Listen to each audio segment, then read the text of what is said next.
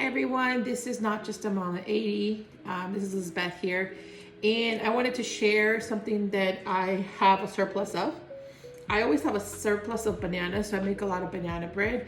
But right now I have a surplus of strawberries, and I was thinking, like, how do I use them? They're about to go bad, so I don't want to lose them because I hate losing strawberries. It's one of the things I hate. My daughter loves them, so I was putting them in her lunch. But one of the things that I have right now is, like I said, a lot of strawberries, and I think I'm gonna turn them, instead of a banana bread, into a strawberry bread. So I'm gonna try to do that today, and I wanna share the recipe with you. I'm gonna make gluten-free and dairy-free because I'm allergic to gluten and dairy, but you can easily just substitute your regular butter or oil or regular flour that you use. So right now I'm cutting up my strawberries. I need about 1.5 cups of chopped strawberries. So I'm just cutting off the tops so that I can get them cut and ready to go. So that's what we're gonna do next.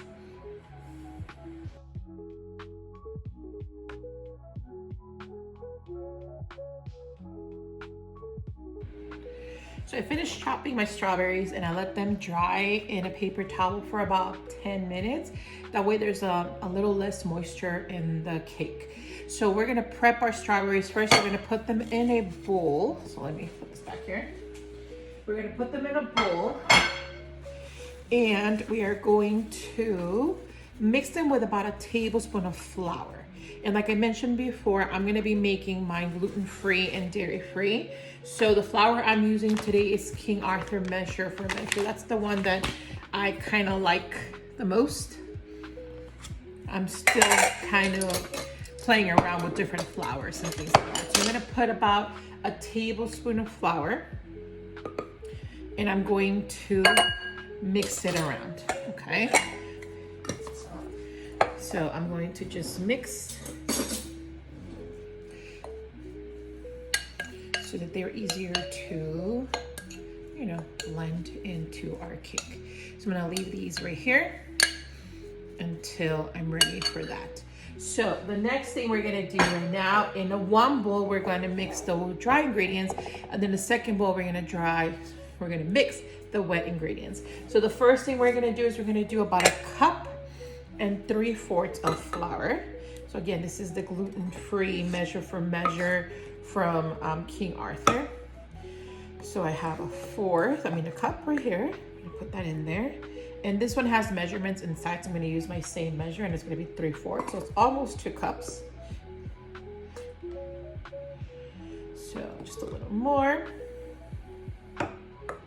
Okay, so that's 1 3/4 cups of gluten-free flour. We're gonna add some baking powder, which you have here. Baking powder is 1 teaspoon. So I'm looking for my teaspoon. All right, so 1 teaspoon baking powder. We're also gonna be doing 1/2 teaspoon of baking soda. That's baking soda. We're going to do, like I said, 1/2 teaspoon. 1/2 teaspoon of baking soda. Okay, and then we're gonna do our salt. And salt is 1/4 teaspoon. So salt, I'm using my pink Himalayan salt, it's the one I have, 1/4 teaspoon. And I'm gonna whisk those up, mix it up with the whisk, just to make sure they're all combined and that all the ingredients are, ready to go and mixed together. There's not like clumps of salt in one area or anything like that. Okay, so those are the dry ingredients. So I have my second bowl here for my wet ingredients. We're gonna start with 1 egg. I always try to make my eggs room temperature, but it doesn't always happen, so I just kind of use them as I have them. We're gonna do sugar. Now, the thing about sugar is you can write regular sugar, you can even do honey, but what I found with my banana bread is that I'm gonna use coconut sugar. It gives it a little bit more of, just this deeper flavor that I really like in my banana bread and different muffins that I do with it. So I'm gonna use coconut sugar. That's gonna be 1/2 cup of coconut sugar. So we're gonna do that, 1/2 cup. 1/2 cup of coconut sugar. Then I'm gonna add my milk. My milk is going to, I'm going to use almond milk, but again, you can use regular milk. You can use, I would use whole milk if I was doing this for my kids in a regular, regular gluten and regular dairy. So I'm going to use, for milk, we're going to use half a cup of milk. So again, any milk will do. Half a cup of milk. Then I'm going to do my oil. I'm going to use avocado oil. You can use butter if you want, or any oil of your choice, but I'm going to use avocado oil. And for that, we're going to do 1/3 of a cup. So I'm going to do 1/3 of a cup avocado oil. And then the last thing I'm going to do is vanilla. And we're going to do 1 teaspoon. Actually, I forgot to grab my vanilla. So now what's next is vanilla. We're going to use 1 teaspoon vanilla.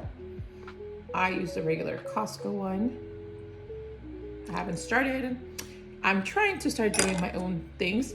Vanilla, I still haven't started using it, making my own, but that's one thing I want to do in the long run. So we're going to do those, and we're going to just whisk them. So we're going to whisk, whisk, whisk, whisk, whisk. So this recipe is actually very, very, very simple. And it's kind of cool to do. But again, when you have an excess of strawberries or anything like that, that's the best time to use this recipe. Again, when you have bananas, do banana bread. I have strawberries, I'm gonna do strawberry bread. So once I do this, I'm going to combine my wet and my dry.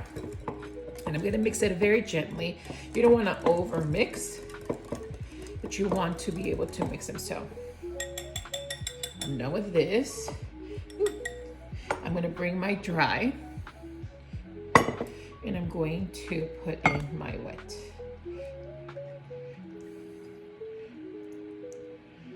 There you go.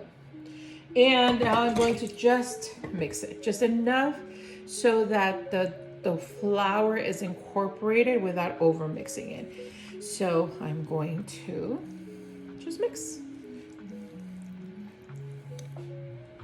So now that I finished mixing it, again, you just want to incorporate it. We're going to now add the strawberries, and we're also going to add some chocolate chips. My kids love chocolate chips. So we're always adding something that's just a little chocolate. So we're going to add dairy-free chocolate chips because not only do my kids like it, I like chocolate chips too. And I'm using the mini ones because I feel like the mini small ones, I feel like they go more throughout the bread as they're being done. So I feel like it just covers it more of the surface area. So now we're gonna fold. We're gonna fold it. We're going to fold. And again, folding just means going from the bottom and bringing it to the top, bringing it to the top. So that's what folding really means, right? We're gonna scoop out, bringing it to the front. So again, from the bottom to the top.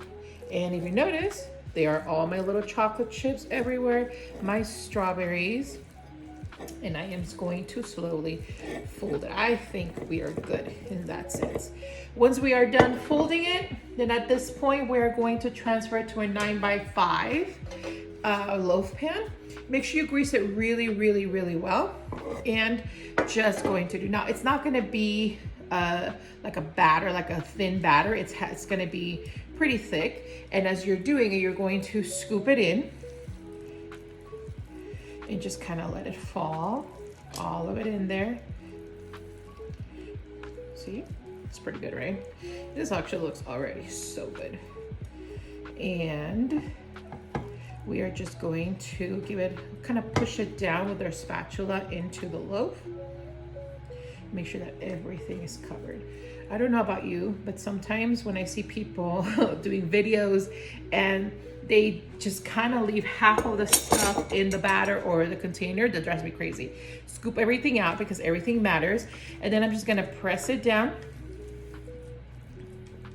until it, it's very smooth. Try to smooth it out as much as possible on the top. It looks really pretty.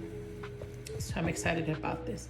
And that's about it. That is our bread. We're gonna bake it in an oven of 350 degrees. Make sure you preheat that before you start. And we're gonna bake it for about 50 to 60 minutes. At the 50 mark, I would go ahead and check it, put a toothpick or a knife or something to make sure that everything comes out dry and moist. And yeah, that it comes out dry. And that way it's pretty much ready. So I'm gonna go do that. And then when I'm done, I'll come back and I'll show you. So 50 minutes have passed. I just got it out of the oven. It's still really hot, but look at how pretty it looks. Whoa, look at that. That's so cool. I added a little bit of sugar at the top, so just so it looks a little crunchy, but it looks perfect and beautiful. I am going to wait about 10 to 15 minutes and I'm going to take it out of this hot tin of this mold and pan here, and I'm going to let it cool down for about 20-30 minutes before you cut it in. You can let it cool down a little bit longer if you can wait, but I want to show you and I want to eat this and I'm so excited. Okay, so it's ready. I'm so excited. Look how pretty this is. It is completely cool. So I'm gonna cut. It's soft, it's moist. Look at this. Ooh. Look at this. It is super soft and moist. And it is so good. If you have extra strawberries, make this. This is fabulous.